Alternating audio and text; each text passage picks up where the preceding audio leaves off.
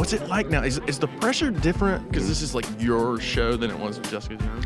No, the pressure's for me. I keep saying I shrug off pressure like no one. That's my superpower, shrugging off pressure.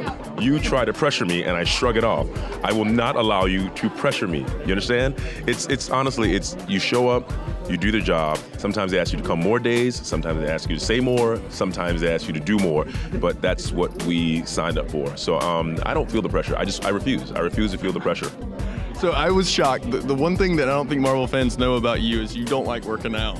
No, who does? I mean, we like the end result, but we don't like working out.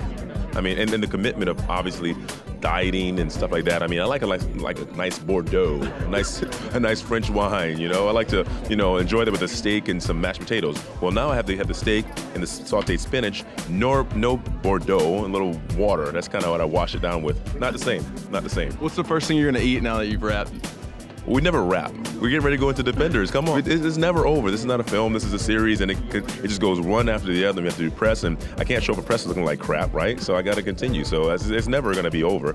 I'll have a cheat day maybe, I don't know, in a couple weeks maybe. I'll have a cheat day. So for the show, I mean, this obviously has a lot of great social relevance to it. Yeah, can you kind of explain that a little bit? Well, I think people right now just want like some kind of cathartic release from all the pressure that they see in the news and media. It feels like sometimes no one is representing who they feel they are. No one is relating to them. No one understands how frustrating it is. And I think sometimes you have a superhero that you can connect with. It gives you a feeling of liberation in the sense that if I had a power, this is what I would do, and this is how I would feel about the world, and this was the kind of things that I would do. And I feel like people, even when I was a kid, that's what I felt. You know, if you had the power, could you do something about the current state of affairs? And I think innately what makes Marvel great is that they touch on that. Innately down in the core, every human wants the same thing. We want love, and we also want to care about something, and we are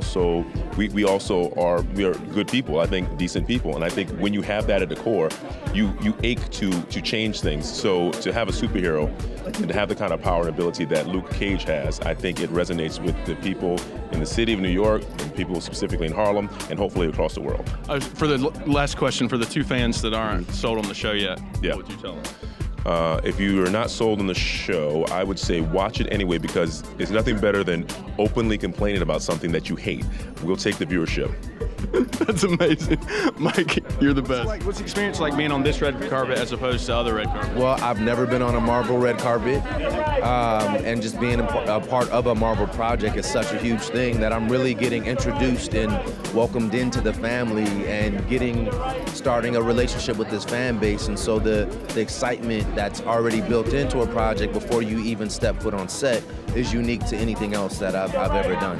Even beyond, I did Mockingjay, and so there were the last two Mockingjay projects, and so there were two other Hunger Games films that existed before I got to walk into it. But this is an even older thing, because you have people who have been reading these comics for what, 40 years or however long, and so just there's a certain degree of anticipation and an anxiety and a excitement about these projects that is different from anything else that I've ever been a part of.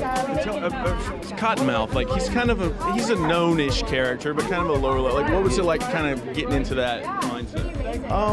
I just approach it like I approach every character, in that I just try to step up to the task and make them as truthful as possible. And the other stuff, the pressures to live up to certain things that exist in the comics, or the pressures to live up to the last Marvel Netflix show, like those aren't things that I can control, but I can control my efforts and my focus when I'm on set, and my commitment to the work. And so I think we all try to do that, and I believe that it resulted in something that is really positive, really strong.